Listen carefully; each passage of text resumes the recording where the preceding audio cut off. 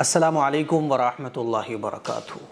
10 محرم کی سب سے خاص عبادت اور سب سے بہترین عبادت کون سی ہے؟ تو اس سلسلے میں کچھ ضروری باتیں ہیں جو آپ لوگوں کو سمجھنا چاہیے اور اس پر عمل بھی کرنا چاہیے۔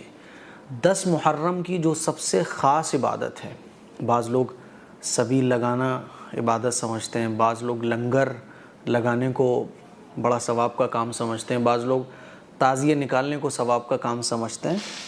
تو یاد رکھ لیں کہ 10 محرم کو جو سب سے خاص عبادت ہے، جو سب سے بہترین عبادت ہے کرنے کے لیے، وہ ہے روزہ رکھنا۔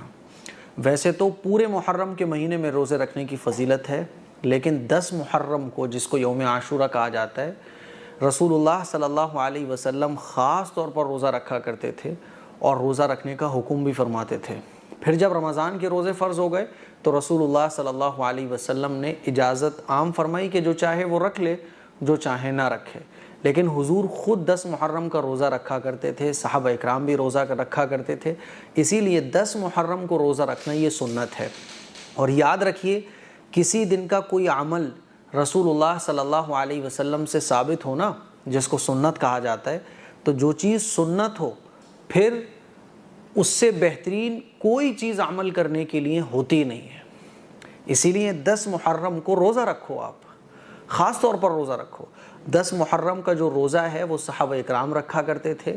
صحابہ اکرام کے بعد جو تابعین ہیں، تبع تابعین ہیں، مجتہدین ہیں، علماء ہیں، مفسرین ہیں، فقہا ہیں، سب روزہ رکھا کرتے تھے، اللہ والے روزہ رکھا کرتے تھے۔ حضرت حسین رضی اللہ تعالیٰ عنہ 10 محرم کو روزہ رکھا کرتے تھے۔ اسی لیے 10 محرم کی سب سے بہترین عبادت ہے روزہ۔ روزہ رکھو آپ۔ رسول اللہ صلی اللہ علیہ وسلم نے بہت ساری ایسی چیزیں جو یہودی اور مکہ کے جو قریش تھے، وہ حضرت ابراہیم علیہ السلام کی طرف منسوب کر کے جو چیزیں کیا کرتے تھے نا، تو بہت ساری چیزیں ایسی تھیں جو رسول اللہ صلی اللہ علیہ وسلم کو وحی کے ذریعے بتا دی گئی کہ یہ بالکل ٹھیک ٹھیک ہے۔ تو حضور حضرت ابراہیم علیہ السلام کی طرف منسوب جو چیزیں جن پر قریش مکہ اور یہودی عمل فرمایا کرتے تھے، حضور بھی ان چیزوں پر عمل بالکل اسی طرح سے فرماتے تھے۔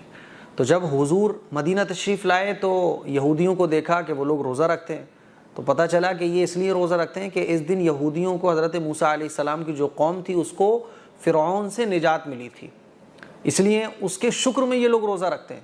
تو اللہ کے نبی صلی اللہ علیہ وسلم نے ارشاد فرمایا کہ ہم زیادہ مستحق ہیں اس بات کے کہ حضرت موسیٰ علیہ السلام کی شریعت پر عمل کریں۔ تو 10 محرم کو جو سب سے خاص عبادت ہے وہ روزہ ہے۔ روزہ رکھیے، یہ نفلی روزہ ہے۔ 10 محرم کے ساتھ آپ 9 کا ملا لیں، بہتر یہ ہے کہ آپ 2 روزے رکھیں، 9 10 یا پھر 10 11۔ اور مان لیجئے کسی پرابلم کی وجہ سے آپ 9 کا نہیں رکھ پائے، 11 کا بھی نہیں رکھ پائے، تو 10 کا بھی رکھ لو تو کافی ہے، اور آپ تینوں روزے رکھ لو 9 10 11 تو بہت اچھی بات ہے۔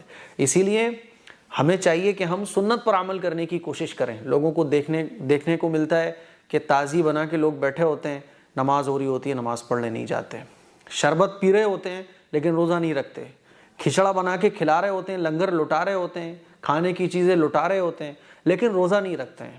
تو ہمیں چاہیے کہ ہم سنت پر عمل کریں، کیونکہ حضرت حسین رضی اللہ تعالیٰ عنہ نے رسول اللہ صلی اللہ علیہ وسلم کے اسی دین کی خاطر اپنی جان کو قربان کر دیا تھا۔